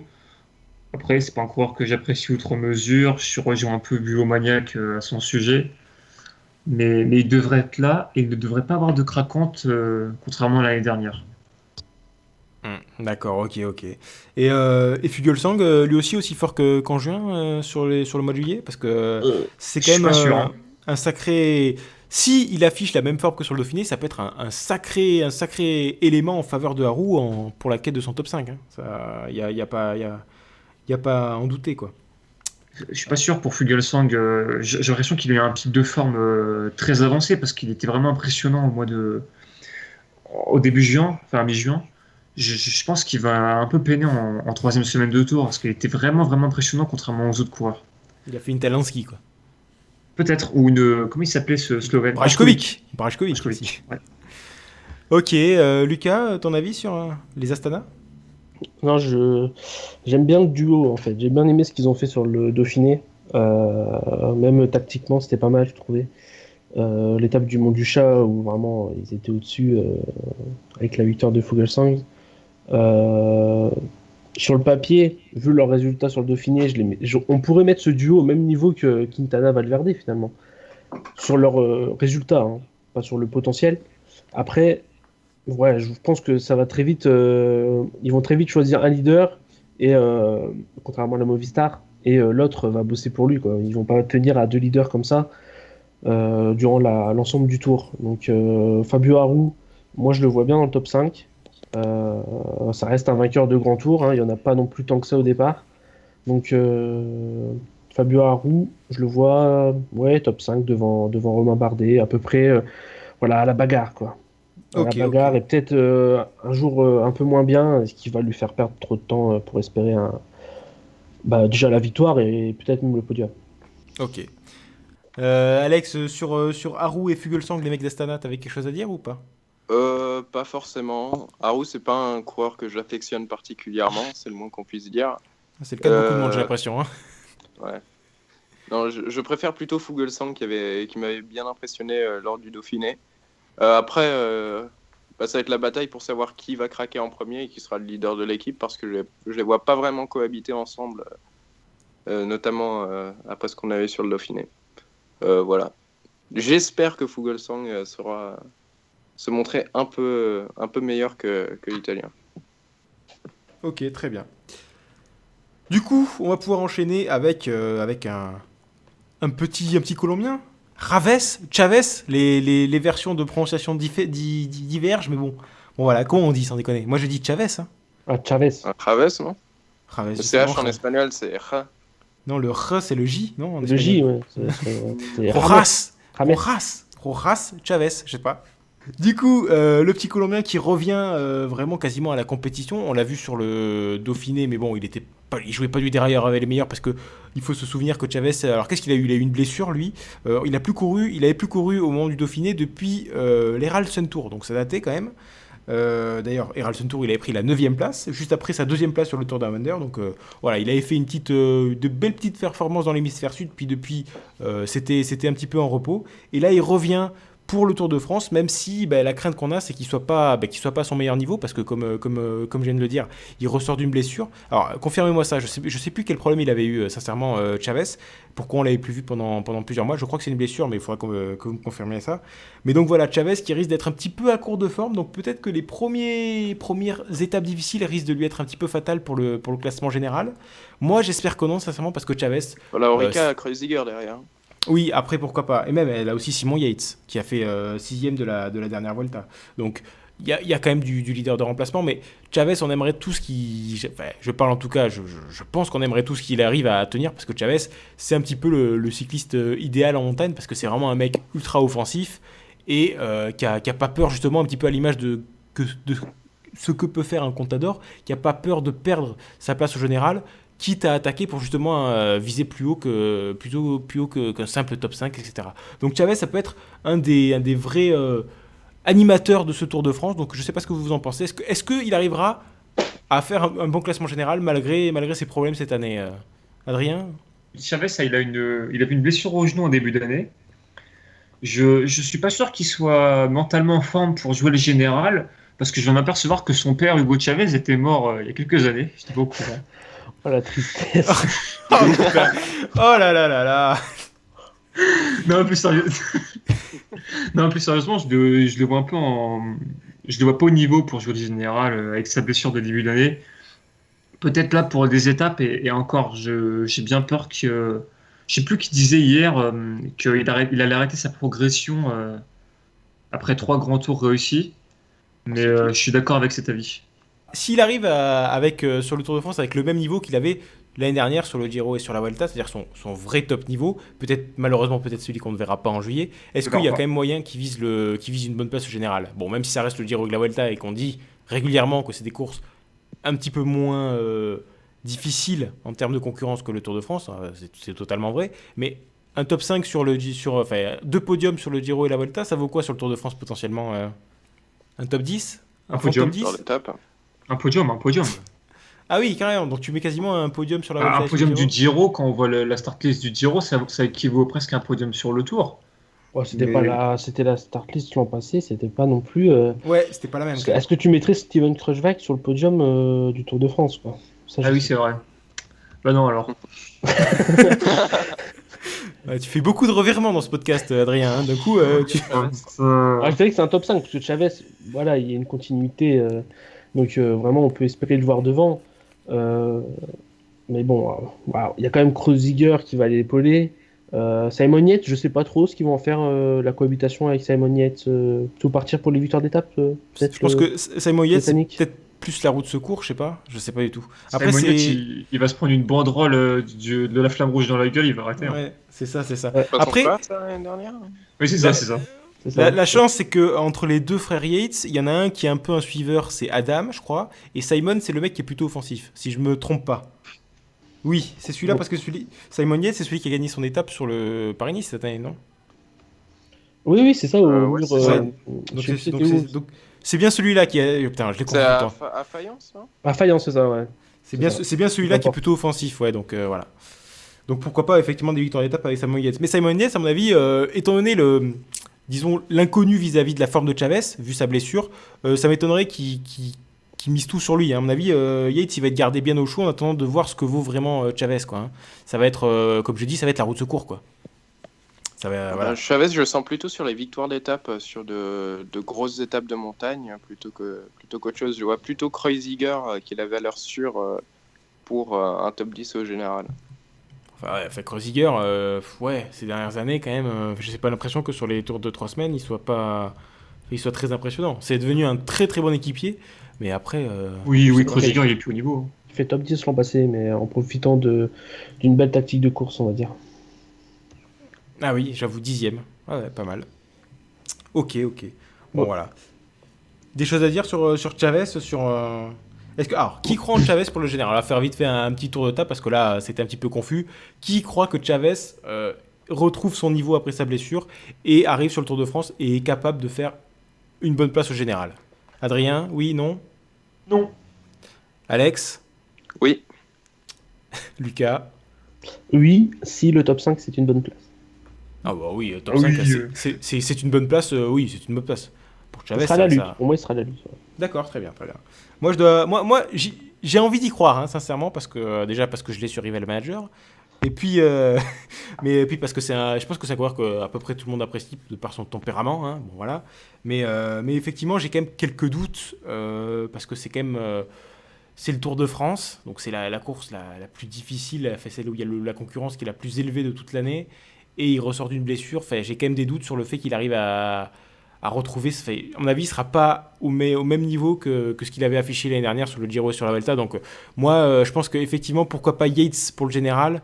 Alors là, malheureusement, ce sera juste un fond de top 10. Et Chavez pour faire des étapes. Et pourquoi pas, d'ailleurs, le plus sérieux concurrent à Pinot au maillot à pois, hein, d'ailleurs. S'il y en a un qui doit se poser comme son principal adversaire, c'est sans doute un Chavez qui viserait pas le général, quoi. Ou un Barguil aussi, attention, un Barguil qui Pourquoi va pas pas jouer le général. Aussi, hein. Enfin, Barguil, il a encore rien prouvé sur les grands tours. Il faut se Ouais. calmer. Il a fait 8ème du Tour d'Espagne 2013, je crois, ou 2014. Ouais, c'est ça, voilà. Bon, c'est sa meilleure performance. On est 4 ans après, quand même. Ok, très bien. Bon, après, quand même, Barguil est quand même en dessous, je pense, que Chavez en termes de grimpe pure, hein. Ouais, mais Oui, Chavez, oui. il a un problème au genou, donc je sais, franchement, sincèrement, le genou, c'est très compliqué, donc je le vois pas du tout performer. Ouais, mais après, s'il revient à la compétition, c'est quand même que son problème est à peu près réglé, quoi. C'est juste moi, ma crainte, c'est pas qu'il ait des problèmes au genou, parce que pour moi, s'il est aligné au départ d'une course, c'est que son problème au genou est réglé. Moi, le problème qu'il pourrait avoir, c'est que, étant donné qu'il a eu ce problème à son genou, il soit en retard en termes de préparation et qu'il soit juste pas à son meilleur niveau. Moi, c'est plus ça que des douleurs au genou que je crains pour lui, quoi. Parce que pour moi, si tu prends le départ du Tour de France, c'est que t'as pas le genou qui est dans la boîte à gants, quoi. Ça peut se Ouais, raviver sur une chute aussi. Hein. Ça peut. Oui. On sait jamais ce qui peut se passer. La première semaine du Tour, toujours très tendue. c'est ça. Ok. Très bien. Bon, enchaînons avec peut-être le dernier coureur. Je pense qu'il va avoir droit à sa propre présentation personnelle. C'est Dan Martin. Dan Martin qui malheureusement va devoir se débrouiller absolument tout seul. Mais bon, étant donné que c'est pas un mec qui va viser sans doute la victoire pour le Tour de France, il n'y a pas besoin d'avoir une énorme équipe autour de lui. Mais bon, en cas de défaillance, il y aura quoi? Il y aura Brambilla autour de lui. Pourquoi? Parce que son équipe est évidemment concentrée autour de Marcel Kittel. Mais lui, il a quelques libertés. Et il va viser sans doute le général. Et cette année, moi, quand je regarde son palmarès, à chaque fois, je suis impressionné. Cette année, il est d'une régularité, mais sans faille. 5e au Tour de Valence, 6e en Algarve, 3e de Paris-Nice, 6e en Catalogne, 2e de la Flèche et de l'Est-Bastogne-Neige et 3e du Dauphiné. Le mec est un métronome, quoi. Je trouve ça impressionnant. Voilà, alors qu'est-ce que Dan Martin peut faire sur ce Tour de France, sachant que l'année dernière, il a terminé dans les 10 premiers, il me semble. Je fais ça de mémoire totalement. Hop, je suis en train de taper son nom sur Pro Cycling Stats. Hop. Et donc en 2016, le petit Dan Martin, il avait terminé 9e du Tour de France, donc voilà. Donc est-ce que cette année, il peut à nouveau faire un top 10? Est-ce qu'il peut faire même mieux que ça? J'ai envie de vous poser la question. Alex? Dan Martin, j'y crois pour un top 5. Il s'est montré très régulier, il s'est montré offensif tout au long de la saison. Je sais plus s'il était aligné sur le Tour de Catalogne ou en Dauphiné où il avait fait de très bonnes choses. Les deux, ouais. Les deux? Ah, bon, Ouais, les deux. 6e en Catalogne et 3e du Dauphiné. Ouais, c'est ça. Donc, le problème, c'est après, est-ce qu'il va réussir à tenir sur 3 semaines? Moi, honnêtement, je pense qu'avec l'expérience de Dan Martin, il sait comment fonctionne un Tour de 3 semaines. Et je pense que cette année, ça peut être la meilleure performance de Daniel Martin sur un Tour de France. C'est un gars qu'on a tendance à sous-estimer, un peu comme Louis Meintjes, que je vois aussi atteindre un très haut niveau sur le Tour de France. Donc c'est un gars qui passait en dessous du radar parce qu'il a été éclipsé par tous les autres favoris, mais qui n'est pas du tout à sous-estimer et qui peut faire un très bon résultat. Après, moi, je pense qu'il a été beaucoup sous-estimé parce qu'au départ, c'est pas un vrai pur grimpeur, quoi. C'est avant tout un puncher qui grimpait pas trop mal, mais au fur et à mesure que les saisons passent, je me rends compte que, je le trouve de plus en plus fort en haute montagne et vraiment, il commence à rentrer dans. Ça devient un mec qui est quasiment aussi bon puncher que grimpeur, quoi, maintenant. C'est un Et, Valverde, quoi. Ouais, voilà, il arrive peut-être à. Il atteint presque le profil d'un Valverde. Alors qu'il y a quelques années, franchement, en haute montagne, il craquait assez régulièrement et sur les tours les tours de 3 semaines, il n'arrivait pas à faire grand-chose. Il avait fait 7ème d'une Vuelta, je crois, mais c'est un petit peu un trompe-l'œil parce qu'une Vuelta, c'est. Voilà, c'est pas. La haute montagne sur la Vuelta, il n'y en a pas forcément. Il y en a 2-3 étapes, mais bon, il y a beaucoup de courses de côte et de trucs pour, de moyenne montagne. Donc voilà, je mettais sa performance sur ça. Mais là, force est de constater, depuis quelques saisons, vraiment, en haute montagne, il arrive à vraiment faire des très très belles étapes. Et tout simplement, c'est devenu un mec qui sait vraiment très bien grimper. Donc ouais, pourquoi pas. Moi, je trouve que ça peut être potentiellement la surprise de cette année. Mais je me méfie qu'il a beaucoup couru, je trouve, cette année quand même. C'est un petit peu la crainte que j'ai, c'est que effectivement, comme je le disais, il est présent depuis le mois de février et toujours très fort et toujours là devant. Donc peut-être qu'il commence à se montrer un petit peu fatigué. Hein. Peut-être que sur la fin de Tour de France, il aura un petit peu de mal, quoi, à l'image d'un Thibaut Pinot, quoi. Lucas? Non, bah, je pense que Dan Martin, il va encore jouer son top 10. Pareil, je l'avais dit, je l'avais cité, je sais plus, quand on parlait, je sais plus de qui on parlait, peut-être de Haru, enfin, ou de Maika. Enfin, je le vois un peu se battre avec ces mecs-là, quoi. Avec peut-être Bardet aussi. Je vois bien les premiers devant avec Froome, Quintana, Porte, Contador peut-être. Et puis derrière un second groupe avec Bardet, Martin, Maika, et puis bon, tous ceux qu'on a déjà cités, quoi. Haru aussi, par exemple. Donc non, pour moi, Dan Martin il devrait faire un top 10, hein, vu ce qu'il a montré cette saison. Après, il y a aussi des concurrents au top 10. Hein, peut-être on va en parler juste après, mais je peux citer quelques noms. Enfin, des mecs qui ont bien surpris. Je pense à la Lotto Jumbo, quand je vois il y en a forcément un qui va s'approcher du top 10 entre Bennett, Roglic, Resink peut-être. Mais il y aura du monde en tout cas. Ouais. Peut-être qu'il y aura moins d'écart entre le 10e et le 11e qu'auparavant. Ok. Passons désormais à, disons, je vais vous faire un énorme package avec tous les autres potentiels concurrents au top 10, mais bon, qui sont pas non plus qui n'ont pas suffisamment de prouvé pour mériter une présentation personnalisée, disons. Donc, il y a Ion Izagirre, qui est très très fort cette année. L'année dernière, il était très très fort aussi, mais qui malheureusement n'a jamais rien fait sur 3 semaines, et qui là, pour la première fois, à bord de Tour de France, en tant que leader de sa formation. Donc, c'est l'inconnu total. Meilleur place sur un grand tour, 27ème du Giro 2015. Donc là, on ne sait pas trop. Mentiès, qui lui, par contre, apporte un peu plus de certitude, puisque l'année dernière, il était dans les 10 premiers. Mais bon, à voir s'il arrivera à rééditer cet exploit, parce que l'année dernière, il était limite. Mais bon, on peut se douter que depuis, il a progressé. Et puis, cette année, il a fait quand même des belles courses. Ensuite, pourquoi pas également... comment tu dis ? Uran. Oui, voilà, justement, Uran, exactement, de la Cannondale, bon, parce que Roland, hein, pour le général, c'est la blague, donc voilà, pourquoi pas Uran. Également Talansky, j'ai potentiellement, comme vous le disiez, vous l'avez évoqué, un mec de la Lotto Jumbo, donc là il y a Roglic, il y a Bennett, il y a Gesink, même si pour moi, celui qui a le plus de chance, c'est peut-être Roglic. Pourquoi pas après Machado, bon là on sera plus pour le top 15 que pour le top 10, on va pas se mentir. Barguil, oui, Machado. Bon, Barguil, il visera pas le classement général, donc il est un petit peu à part, mais bon, je le mets quand même dans le lot. Est-ce qu'il y en a un qui osera dire Tige Benoît ? Oui. Oula. Moi, j'avais noté aussi Sepulveda, pourquoi pas, le retour. Le retour. S'il fait le tour en voiture à G2R, ça va. Voilà, exactement. Il a un petit taxi, il peut prendre de l'avance. Et les derniers noms, Guillaume Martin. Mollema aussi. Mollema, on l'a évoqué avec Contador. Et après, Guillaume Martin, donc du coup, le français de la Wanty, qui découvre le tour, mais qui sans doute, il sera pas en la lutte pour le top 10, mais pourquoi pas pour le top 20, parce que lui, je pense qu'il a vraiment l'intention de viser, de faire le maximum en termes de classement général et de voir où est-ce qu'il en est. Donc voilà, parmi tous ces coureurs, est-ce que vous en voyez un potentiellement faire un bon Tour de France ? Donc voilà, et puis si j'en ai oublié, n'hésitez pas à donner d'autres noms. Vas-y, Adrien. C'est Uran sur top 10.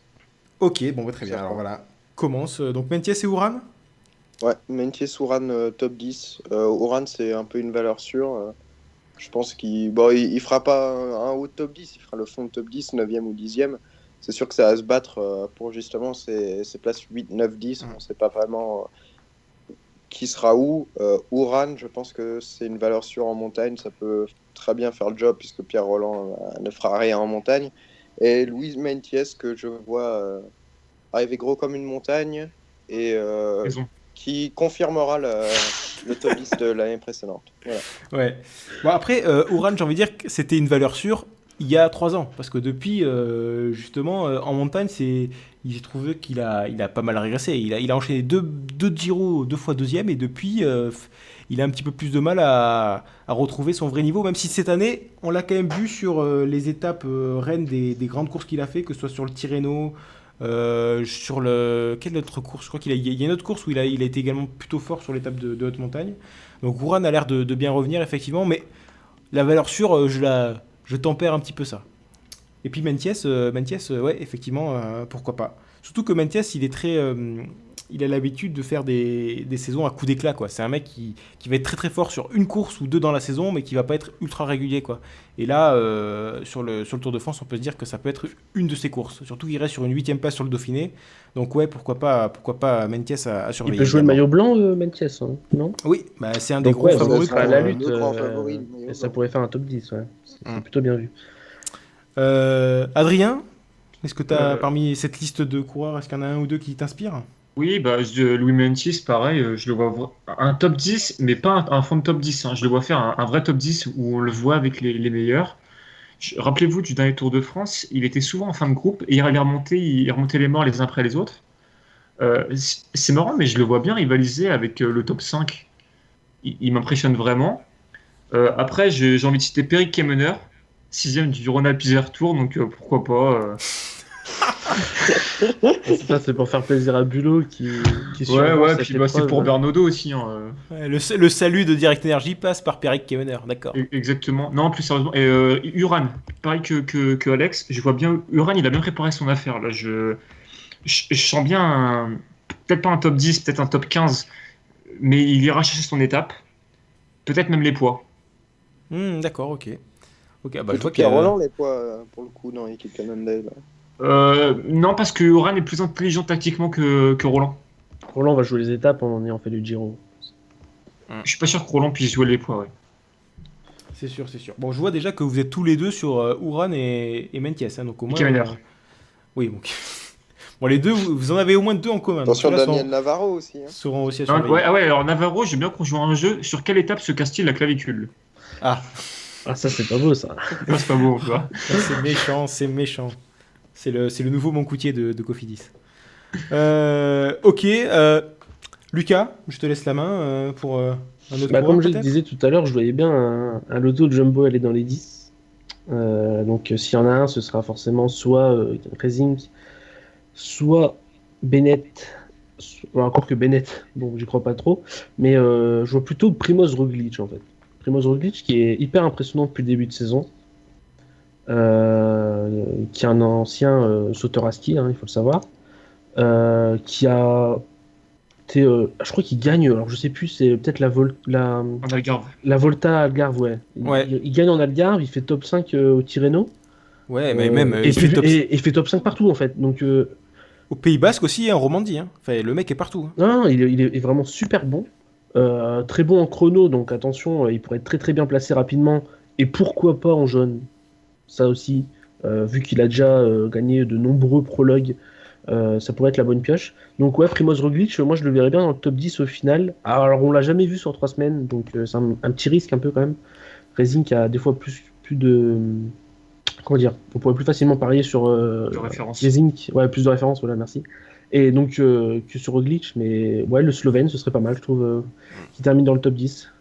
Ce serait une moi, bonne je performance. Moi, je mise plus sur Roglic que sur Gesink, hein, parce que Gesink, ces dernières années, quand même, c'est plus le Gesink qu'on connaissait. Hein. Il a baissé un petit peu le pavillon, et à part une étape, à la rigueur, je vois pas Gesink viser un classement général, sincèrement. Et Roglic, ouais, comme tu le dis, c'est l'inconnu total sur 3 semaines. Un petit peu à la Izagir. C'est la première Un fois petit qu'il va peu, être, Sauf qu'il va être qu'Izagir, on leader. l'avait vu l'an passé, il avait gagné à Morzine, et donc ça veut dire qu'il était quand même en forme en fin de tour, même s'il était équipier au départ. Mais il a tenu les 3 semaines, quoi. Mais Izagirre, l'inconnu, c'est parce qu'il a jamais tenu le rôle d'un leader au départ d'un grand tour. C'est C'est pour ça, ça, c'est puis pour ça la aussi. nervosité, il peut pas relâcher tôt dans les étapes. Voilà, ça joue aussi. Ouais.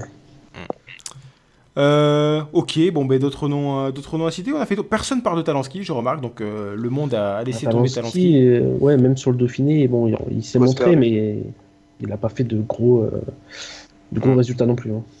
Ça aide les échapper comme d'hab. Ok, ouais, pourquoi pas. Du coup, ouais, Cannondale, en fait, il y a beaucoup de monde, hein, parce que Uran, Talansky, Roland, il y en a qu'un sur les trois qui a visé. Alors, vous visez plus sur Uran que sur Talansky, du coup. Ok, je retiens. Cannondale Drapac, c'est quand même très solide niveau baroudeur. Hein. Sur le papier, parce que Ouais, très sur le solide. papier, Roland, Talansky, Uran, Clark, Bevin, Brown. Il y a moyen de faire des trucs, mais bon, ces dernières années, ils sont souvent très très forts sur le papier, mais dans les faits, c'est l'équipe qui faille un petit peu. Hein, ça fait, voilà, ils sont un petit peu rattrapés. Je crois que leur première victoire, c'était pas en Californie ou sur le, non, c'est la victoire de Roland, je crois. Je sais plus s'il y avait une statistique assez. Voilà, c'était leur première victoire. Pas gagné en Californie. Ah, non, je crois que c'était la première victoire World Tour depuis 1 ou 2 ans, la victoire de Roland sur le Giro. C'était pas un truc comme ça? Ah, Non, c'était depuis Formolo qui avait gagné au Giro en 2015, je crois. Ouais, donc c'est ça. Donc ça faisait 2 ans quasiment que. Enfin, ça faisait 2 ans qu'ils n'avaient plus gagné un World Tour, c'est ça, Cannondale? Ouais, C'est ça. c'est ça. Mais là, depuis, Ok. ils enchaînent bien. Hein. Là, ça va. Ouais, ça C'est va reparti, mieux, là. là, ça va mieux. Voilà. Sinon, la grosse Roland- cote, c'est pour le top 10. Emar Zubeldia. Ah ouais. L'homme, Impossible. voilà, l'homme fantôme, l'homme qu'on ne va pas fantôme, voir. Hop, on arrive aux Champs-Élysées, on regarde le classement. Bim, 10e Zubeldia. Ça peut tomber. Voilà. Il était 11e la veille, il y a un mec qui chute sur les champs. Oh C'est putain, ça. il est 10e. Oh putain, Voilà. 10e Zubeldia, on l'avait pas vu venir. Voilà. Ouais, pourquoi pas. Bon, est-ce qu'on a fini pour le général? Est-ce qu'on peut faire une dernière petite partie sur justement les baroudeurs, sur qui vous voyez animer les étapes, qui vous voyez les gaziers comme on dit, ceux qui vont animer les échappées, ceux qui vont pourquoi pas décrocher des victoires d'étape sur des profils un petit peu accidentés ou pas. Donc voilà, il y a notamment une équipe, je pense qui va revenir dans beaucoup de bouches là, c'est la Lotto Soudal. Donc allons-y. Qui est-ce que vous voyez parmi les coureurs à noter pour pourquoi pas les victoires d'étape pendant le mois de juillet? Adrien, je te laisse commencer. Alors, en numéro 1, en échappée publicitaire, Frédéric Bacart. Il fera plein d'échappées publicitaires. Peut-être qu'il en gagnera une. C'est le meilleur coureur de la Wanty. Et c'est peut-être le seul roue du Tour de France. Donc, voilà. Ah. Autant le citer. Hein. Tu soutiens les roues. Les roues, c'est important dans le vélo quand même. À Oui, défaut de les c'est sucer. Oh putain. Comment c'est parti en live de suite, Stéphane? Brambilla aussi, je vois bien Brambilla. On n'a pas vu trop de la saison, mais il faut toujours se méfier des Italiens. Ils savent très bien préparer leur pic de forme. Et après, je vais citer De Rent. Puis je laisse la main à qui la veut. Ok, très bien. Eh ben moi, je prends la main et je la file à Lucas. Alors, bah, moi, en premier lieu, Pierre-Luc Perrichon. Certainement meilleur baroudeur du Tour de France 2015. Toujours là en 2016. 6e du championnat de France 2016. 4e cette année. Il m'a l'air plus en forme que jamais. J'espère le voir devant. Je sais que je le verrai devant. Mais alors là, s'il pouvait me claquer une petite étape, peu importe le terrain, parce qu'il est bon partout, hein, ça c'est assez notoire. Donc voilà, Pierre-Luc Perrichon en 1. En deuxième, Warren Barguil, qui le dit clairement, vient pour chasser les étapes, donc on risque de le voir souvent à l'avant sur les étapes de moyenne montagne et de montagne. Et comme je suis très français, je veux dire Johan Ofredo, qui découvre le Tour dans les échappées publicitaires, comme disait Adrien. Et voilà, je pense que c'est un mec qui peut, en finisher, s'adjuger une étape, ou au moins en être pas très loin. Ok. Très Frenchy comme sélection. Moi, Oui, hein. j'avoue, un petit peu de chauvinisme, mais Ouais, bon, c'est ça va. normal. Alex, est-ce que toi aussi tu es chauvin? Alors moi j'ai noté Thomas de Rennes, donc le grand baroudeur de ce tour. J'ai aussi noté Thomas Voeckler pour son dernier Tour de France. Il a tenté de claquer une dernière étape. Ce serait cool. J'ai noté Tony Galopin, qui est passé au travers de toutes les conversations qu'on a eues. Donc voilà, peut-être effectivement. un candidat sur les échappées. Donc on a l'Armada Cannondale également. Adam Hansen aussi, du côté de la Lotto Soudal, qui est à son je ne sais combienième grand tour consécutif. 17 ou un truc comme ça. Pour les Et j'ai aussi Jarlinson Pantano, voilà, dans la lignée de ce qu'il a fait l'année dernière. Ouais, mais alors, moi je suis pas d'accord effectivement parce que Pantano l'année dernière il était chez Yam. Il n'avait pas de leader, c'est-à-dire l'année dernière. Cette année, je peux te dire que ça va être, vu ce qu'il a montré en début de saison, ça va être un des équipiers favoris de Contador. Hein. Ça m'étonnerait qu'il ait trop de il a déjà liberté. Mollema, Zubeldia. Ah bah, Ça peut déjà pas de mal. À Pantano, si tu prépares une attaque, il est parfait aussi. Il met dans le rouge tout le monde Et Serge Powells pour la Dimension Data. Okay. Ouais, en parlant de Dimension Data, je rajoute Stephen Cummings. Ah oui. Qui fait un numéro chaque année et qui va encore sûrement nous en claquer une, je sais pas où, mais. Puis en volée. Puis en volée, ouais, pourquoi pas, ça lui correspond. Bon, voilà. Et vous avez. Alors, Wellens, on l'a pas cité quand même, je tiens à vous le dire. On a oublié Tim Wellens. Et puis, chez Lotto Soudal aussi, on a oublié Tige Benoît. Qui, pour moi, c'est les deux gros gaziers de l'équipe, avant même Adam Hansen, avant même peut-être Tony Galopin, même, je dirais. Bon, voilà. C'est les deux mecs qui, pour moi, sont capables, s'ils sont dans une échappée, ça va être très difficile de les faire bouger, quoi. Benoît, il a jamais gagné en pro. Hein. Ah, il a quand même montré. Oui, mais il a jamais gagné, c'est pas facile de gagner. Ah bah ouais, mais peut-être que le déclic va arriver là. Hein. S'il gagne sur le Tour de France, il peut gagner Tu partout. me diras, Simon Geschke n'a jamais gagné en pro et puis il a gagné sur le Tour. C'est vrai. C'est vrai. Voilà. Bon après, qui c'est que j'avais noté moi? Si j'avais noté du côté de la Wanty, ça a parlé de Backert. Moi, je parlerai surtout de Guillaume Van Karduk aussi, qui a fait une démonstration sur le Samin cette année. Ou Samine, je sais pas comment on dit, enfin bref. J'ai fait ça. Et moi je dis pourquoi pas sur une étape de costaud, il y a moyen qu'on le retrouve un petit peu pourquoi pas avec Offredo aussi, voilà, fait partie des 3-4 coureurs de la Wanty qui sont capables de faire des jolies choses en échappée. Et je rajouterai la petite grosse cote Nils Politt, bon, qui risque d'être utilisé par Christophe pour les sprints, mais qui, lorsqu'il y aura J'aurais pas plus forcément... vu Kijarlowski chez la Katusha. Ouais, mais Kizarlowski va faire des échappées de montagne, mais bon, il sera toujours battu par quelqu'un Kizarlowski. Hein. C'est vrai que Christophe, entre Marco Haller, Nils Politt et Rick Zabel, j'avais pas trop fait attention à ça, mais il y a une belle armada lui aussi. Hein. Et Tony Martin un petit peu aussi. Oui, non, bah, je connais pas. Ouais, non, mais voilà. Ah, j'avais noté Van Barle aussi, parce que j'adore ce coureur et c'est un bon baroudeur aussi. Quoi. Pourquoi pas, effectivement. Bon, ben sur ce, je pense que c'est la conclusion de ce long podcast que je regarde. Ça fait 2h33, donc il va falloir couper ça en deux. Donc je vous le dis, j'ai du montage derrière à faire, moi. Il n'y a pas de problème.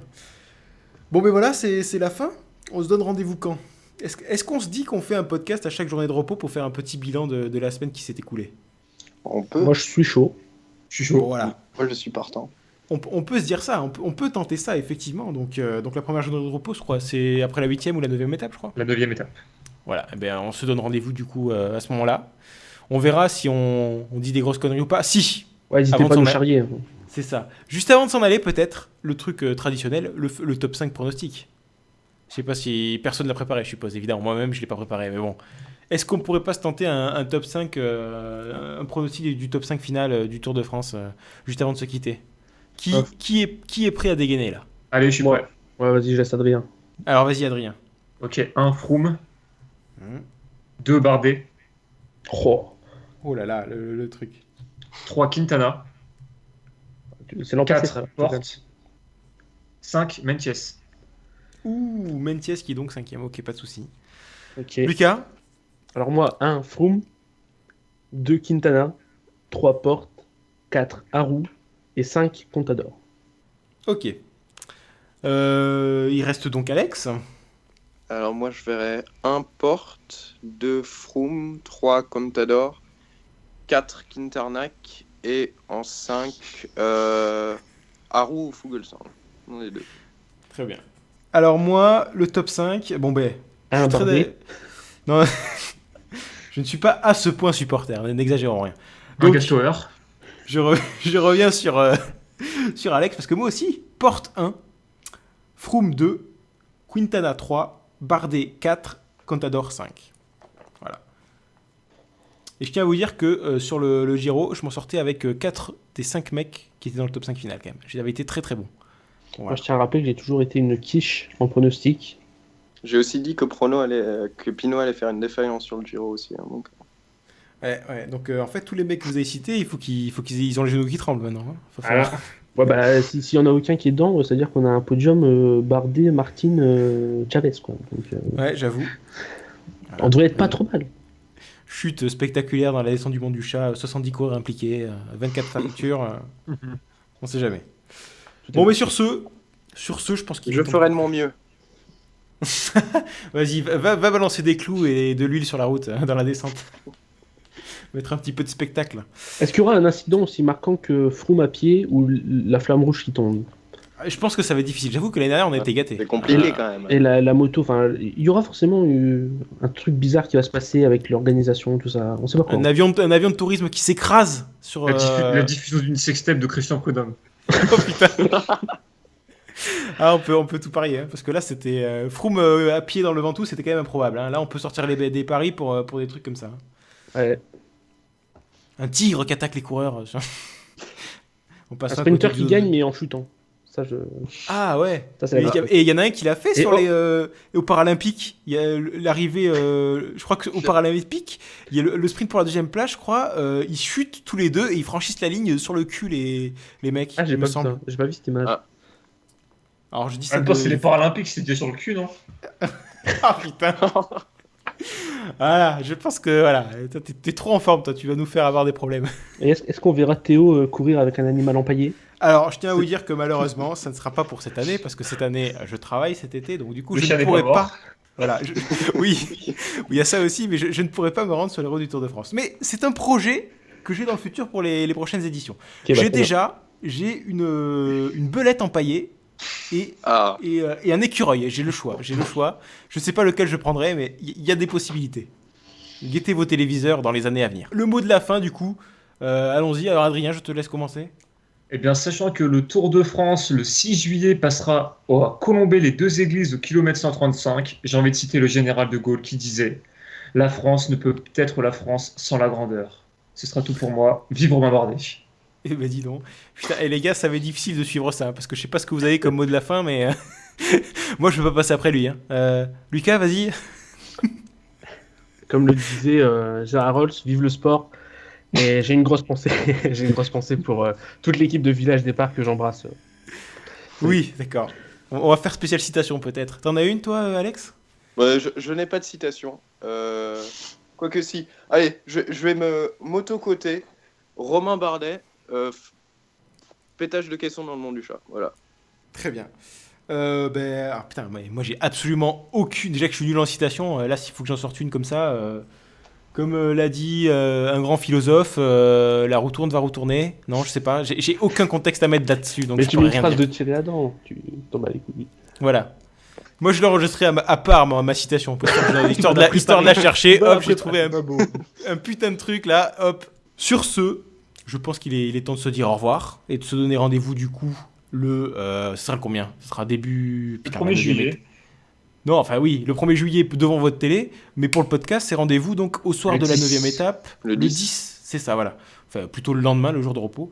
Donc, on se donne rendez-vous le 10 pour un prochain épisode, pour débriefer cette première semaine et potentiellement le pétage de caisson de 2 temps coureurs. On verra bien. Sur ce, Romain Bardet. bonne journée à tous, bon début de tour et ciao! Allez, ciao.